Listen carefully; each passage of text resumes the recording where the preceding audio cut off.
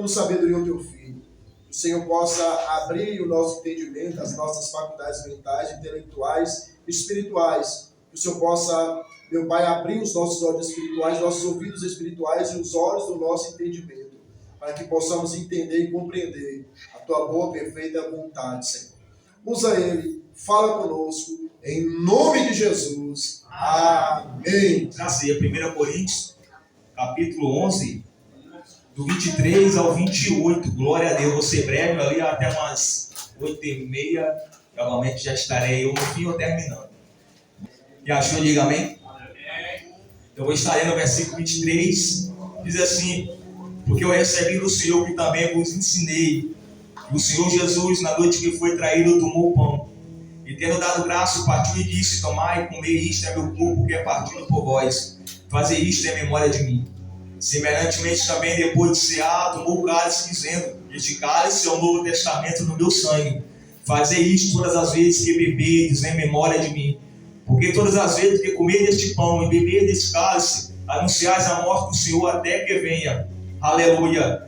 Portanto, qualquer que comer este pão ou beber o cálice do Senhor indignamente será culpado do corpo e do sangue do Senhor.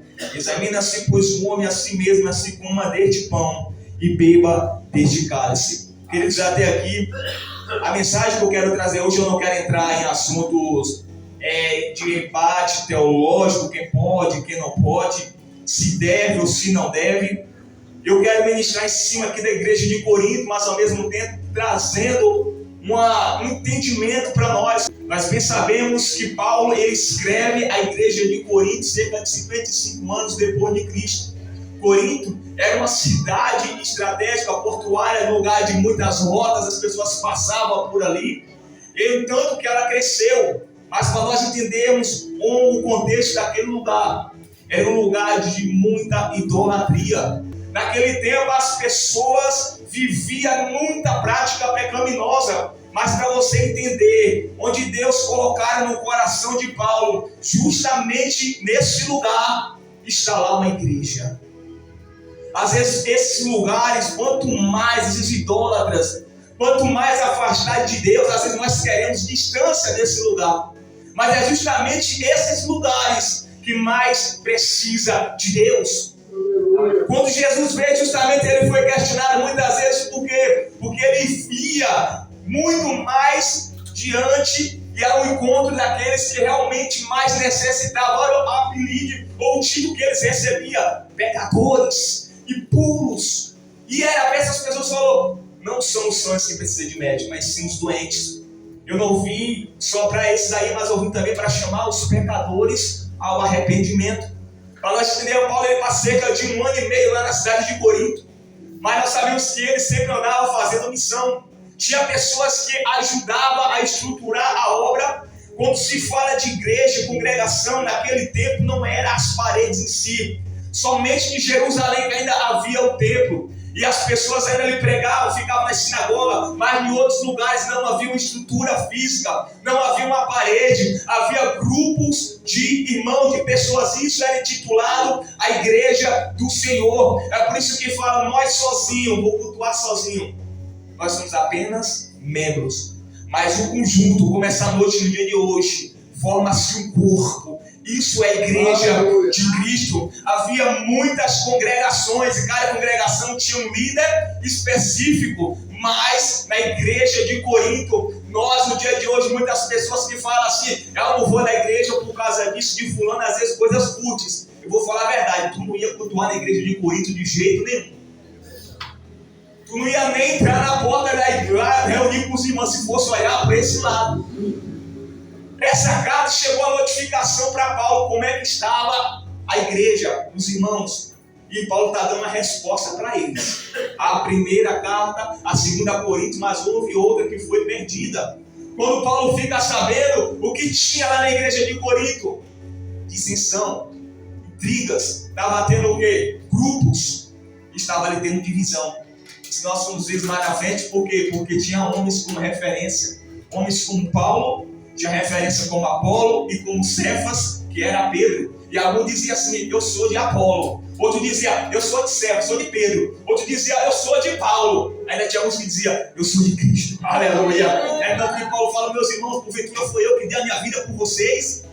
Um planta, o outro rega, mas quem dá o crescimento é Deus. Tantas coisas que tinha. E essa questão chegou para Paulo com muitas perguntas e indagações, como tem que ser feito. Havia muito forte entendimento também dos irmãos. Então eles vão buscar agora a resposta de Paulo, e Paulo manda a resposta para eles. Nós vamos ver aqui que Paulo ele começa falando que não devia ter divisão, não devia ter essa separação, porque é o conjunto que formava o corpo de Cristo. Até o véu que fazia uma separação do santo e entre o santo do santo teve que ser rasgado, porque Deus uniu. Aleluia. Querido, pensa uma coisa, a Bíblia vem trazendo repleta palavra a respeito disso, quão bom e quão suave é que os irmãos vivam em união. Pensa aí, nós temos muitos irmãos que não é dessa denominação, mas somos um irmão de forma geral, porque a Bíblia fala, todo aquele que vos aceitou tiver direito de ser chamado filhos de Deus. Se todos nós que aceitamos a Ele, a Cristo, então nós somos todos de uma certa forma irmãos. Mas quantas vezes que ele se dói o coração, já presenciei, fulano é da minha igreja, tu não vai naquela igreja não, da mesma denominação, às vezes mais que é de oposto. A gente sabe que tem lugares que realmente é bom a gente evitar. E aí faz o que? Aí Paulo vem trazendo várias instruções para aquelas pessoas. Mas para nós entendermos aqui onde ele chega nesse capítulo 12, porque era uma indagação a respeito da ceia do Senhor. A ceia, aleluia, ela é uma representação visível que simboliza a morte de Jesus Cristo. A ceia, ela simboliza o que é um memorial, que fala, fazer isto em memória de mim. O livro de Mateus, de Marcos, de Lucas, de João, ele vem trazendo aqui na última ceia. A ceia, isso aqui é a nossa Páscoa. Porque no livro de Êxodo, capítulo 12, quando o povo é liberto lá do Egito, que Deus fala assim, olha, todos vocês aí pegam um carneiro, sem mácula, sem mancha, sem defeito, e cada um de vocês vai repartir. Se a família for pequena, o carneiro for muito grande, vocês vão dividir com outras famílias. Isso aí vai ser a Páscoa, é a ceia de vocês. Era carne. As pessoas substituíam por um simbolismo de chocolate. Era um carneiro, o simbolismo hoje da Páscoa é um coelho. Você falou, olha, vocês vão comer esse carneiro. O sangue vocês vão colocar no umbral da porta. Para sobreviver e permanecer todo primogênito de Deus. É por isso que quando fala do corpo, o pão, ele é uma substância que alimenta. É uma substância que nos mantém o nosso corpo funcionando e vivo. O sangue, ele representava o livramento, purificação. O sangue, ele simbolizava um renovo. Aqui nós vemos que o sangue, ele é o simbolismo da nova aliança em Cristo Jesus. Ou seja, você vai ver que toda vez que tinha remissão, que tinha que sacrificar para perdoar os pecados, tinha que sacrificar alguém, e o sangue tinha que ser aspergido. Então ele vem começando falando aqui nos capítulo 11, versículo 16, nisso porém, vou dizer que a forma que vocês estão sendo fazendo, isso não me agrada, porque vocês ajuntam não para o melhor, senão para uma pior. Foi aqui da igreja de Corinto, queridos. Porque antes de tudo, que quando vocês ajuntarem na igreja, cá entre vós, dissensão, ou seja, separação. Ele fala, em parte eu até acredito que isso tem. E importa que haja entre vós até mesmo heresia. Ele fala, importa que haja mesmo. Importa que no meio da igreja haja heresias. Heresia é o quê? Distorce, quando a pessoa distorce a veracidade da palavra. É quando pega uma verdade e transforma em uma mentira ou em uma meia-verdade. E Paulo estava falando que de certa forma isso era importante, mas por que isso era importante? Porque aqueles que eram hereges colocavam em destaque aqueles que viviam verdadeiramente. Trazendo para nós, aí você tem no seu trabalho, as pessoas falam assim, fulano é maloeiro. Mas tu já falou, fulano trabalha. Talvez a pessoa nem trabalha tanto em si, mas para o outro ser tão preguiçoso, dá a entender que aquele trabalho não está. Paulo estava falando isso. O fato de haver aqueles que eram hereges, colocavam em destaque aqueles que tinham um verdadeiro compromisso com Deus. A diferença de um destacava o outro. A gente fala assim, olha, fulano é bonito. Porque na nossa cabeça a gente conhece alguém que é feio. Ou seja, um destaca o outro.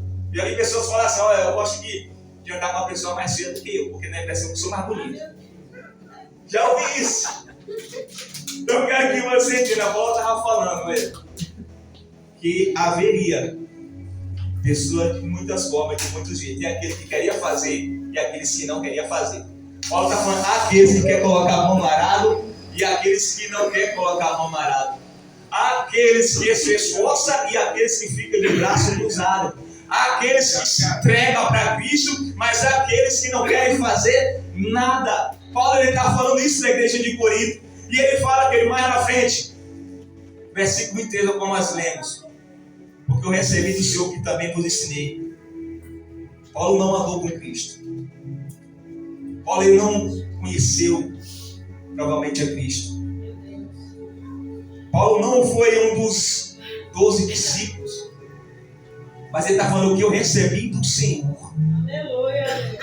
Foi o que eu vos ensinei. Ele está dizendo, vocês já foram instruídos. Vocês já foram ensinados. Aleluia. Queridos, nós não andamos com Jesus no tempo dele como aquele discípulo andou. Mas é cada revelação que Cristo dá para nós. É cada ensino que nós recebemos, tanto através da palavra, tanto através de pessoas que nos ensinam, tanto quando Ele fala no nosso coração, tanto quando Ele usa alguém para falar conosco. Aleluia! Aí é tanto que o pessoal olhava para você, por que vem tanto conhecimento, sendo que esses homens são iletrados? Nunca entrou na faculdade teológica, nunca ficou nos pés de Gamaliel.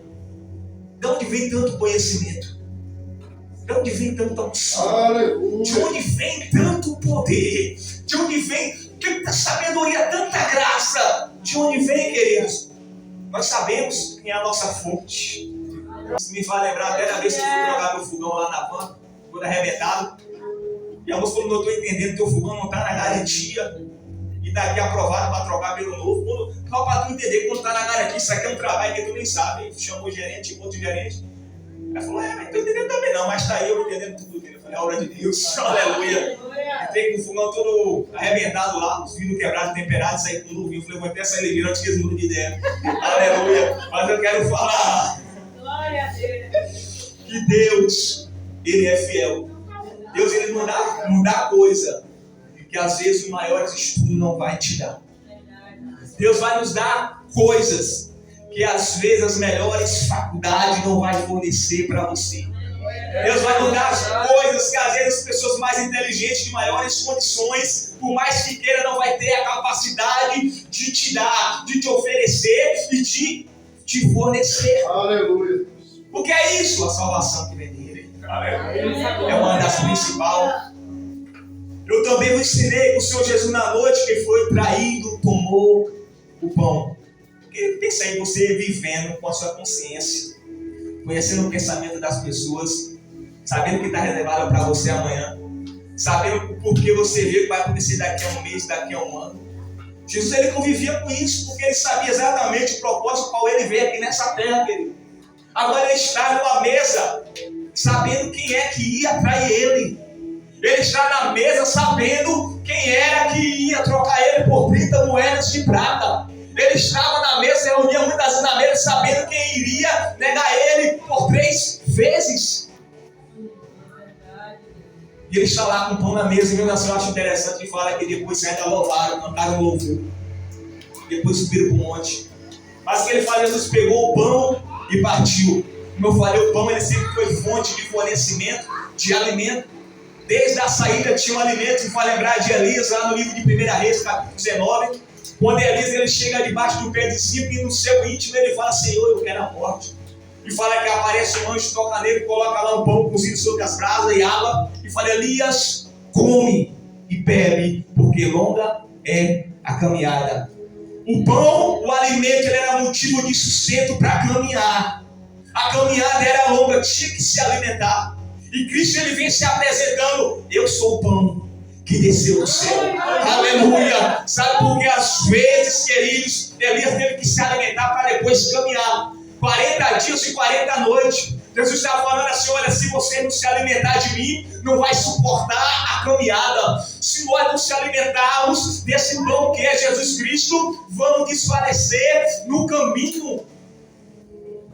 Às vezes nós estamos com o vazio daquelas náuseas, tontura. Trazer espiritualmente para nós é isso.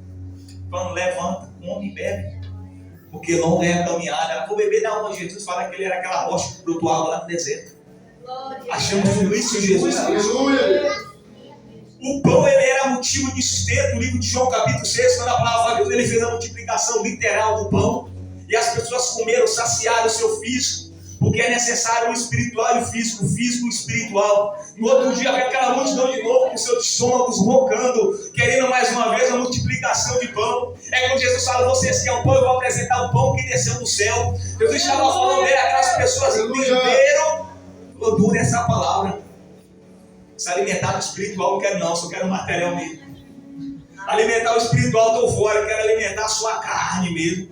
Trazendo para nós, ir para a igreja, eu estou fora, eu quero curtir minhas festas. Trazendo para nós, buscar a Cristo, quero não, desperdiçar minha vida, eu prefiro gastar minha vida aí fora fazendo o que eu quero. Porque o evangelho exige isso, transformação. Se alimentar do espiritual, às vezes você tem que se abster de muita coisa material. Diz ele vem falando, olha, e tendo dado graça, o partiu e disse: tomai e comer, esse é meu corpo que é partido por vós. Fiquei meditando nesse partir do pão.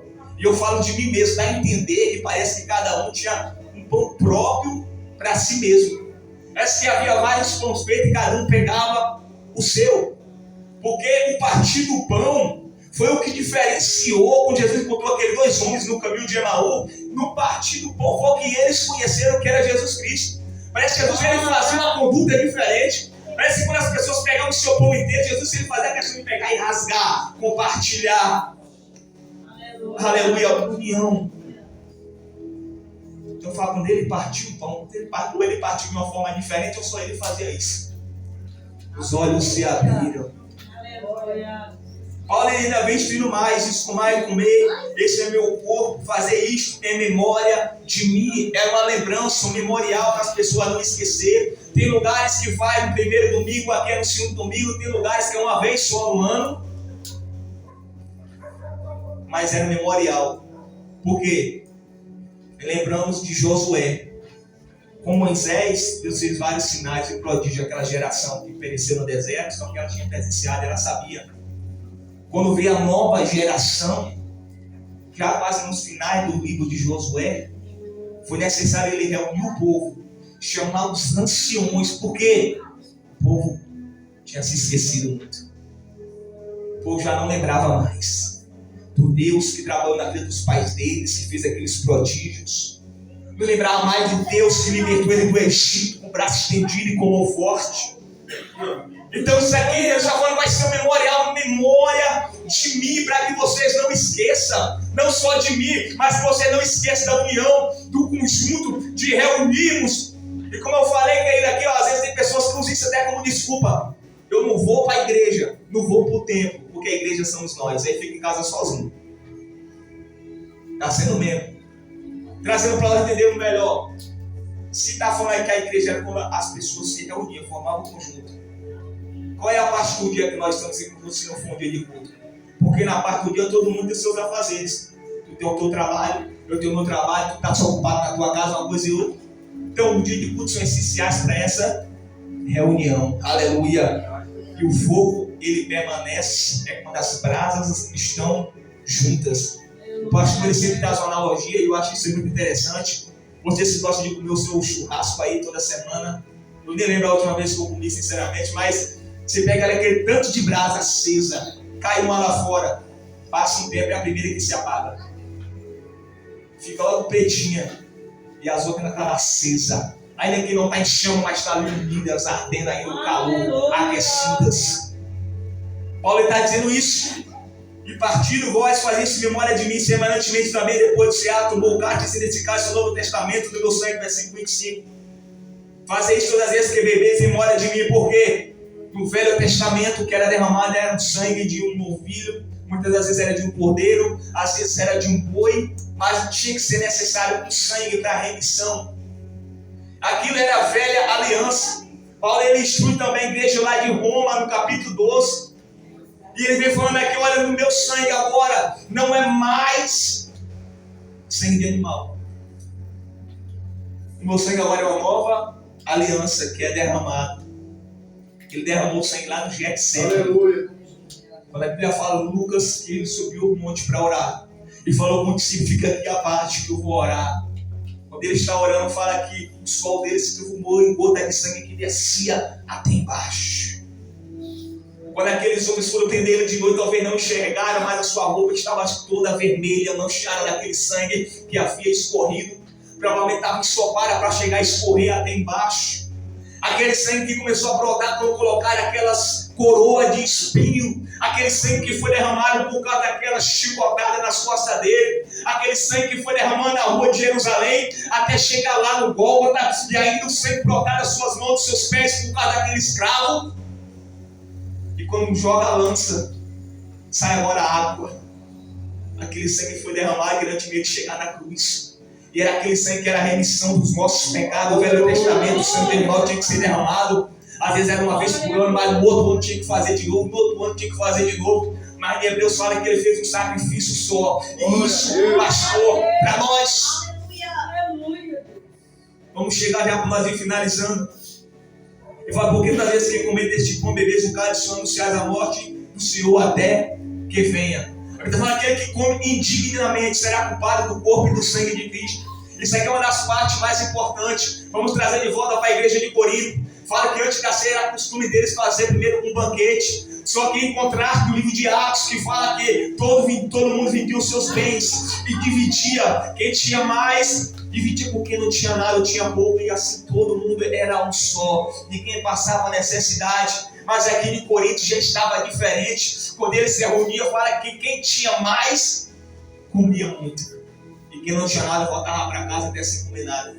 Ou seja, quando fala indignamente, está falando aqui porque eles não tinham na sua mente, no seu sentido, na sua consciência, que aquela ceia era um memorial voltado para prestar o culto a Jesus Cristo. Quando fala indignamente, porque todos nós somos indignos. Todos nós somos falhos, somos pecadores, mas está falando aqui o que era indigno eram as ações deles. Porque não estavam prestando culto racional para Cristo, estavam levando apenas como uma ceia, como um alimento normal. Uns comiam demais, bebiam, outros ficavam até bêbados e outros não comiam nada. Quando Paulo estava instruindo aquele que come e bebe dignamente, está comendo para a sua própria condenação. O fato de vir para a ceia, vamos fazer aqui para nós. Está ali o pão, está ali o suco. Nós estamos aqui, sabe que é o culto de ceia, em memorial ao sacrifício que Cristo fez para nós, a remissão do pecado, da sua morte e ressurreição, e através da sua morte e ressurreição nos traz para nós esperança. Então nós sabemos qual é o sentido dessa ceia. Mas os irmãos lá não estavam nem aí. Eles levavam a ceia como uma refeição, uma janta. Isso que Paulo está dizendo que estava comendo indignamente, sem levar que aquilo era a intenção para Cristo Jesus. Às vezes nós colocamos na nossa mente, Deus, eu sou tão indigno, minhas ações. Não, nós somos indignos, mas nós somos racionais, sabemos que culto de ceia é voltado para Cristo. Lá estava tendo a glutonomia, a guludice também é pecado. Às vezes nós não falamos, poucas pessoas falam, mas a guludice é um pecado, era o que estava acontecendo lá. O principal foi todo esse que come e bebe indignamente o cálice do Senhor. Come e bebe a sua própria condenação, não discernindo o corpo do Senhor. Então examina o homem a si mesmo, e assim coma desse pão e beba desse cálice. Aqui a igreja estava dessa forma, mas Paulo está falando, olha, examina primeiramente a vocês mesmos. Qual é o sentido que vocês estão tomando? Qual é o sentido que vocês estão se reunindo? Olha a forma que vocês estão fazendo. Uns comendo demais e outros saindo. Vocês não estão levando em consideração que todos vocês, grandes, pequenos, altos, baixos, povos, tribos, línguas e nações, são o corpo e o povo dele. Aleluia. Aí como por exemplo, examinei. Vou falar. Então vocês vão agora sim, coma e beba desse cálice do Senhor, no versículo 28. Examina-se, pois, homem a si mesmo, e assim coma deste pão e beba deste cálice. Traga de volta a consciência, qual é o sentido da ceia. Ele não estava condenando o povo pela forma que eles eram, mas pelas ações que eles estavam tendo naquele momento. É motivo de nós nos refletirmos, a ceia para nós nos refletir sobre tudo que Cristo fez. Cristo, ele nos mostra a sua graça em todo momento, numa reunião, em um partir do pão, no beber do suco, em um culto, aleluia. É a sua graça. Aleluia. Por falar de pão que sustenta, mas a graça de Deus também nos sustenta de tal forma. Eu falo que Paulo estava com espinho na carne, há 14 anos já tinha orado 3 vezes.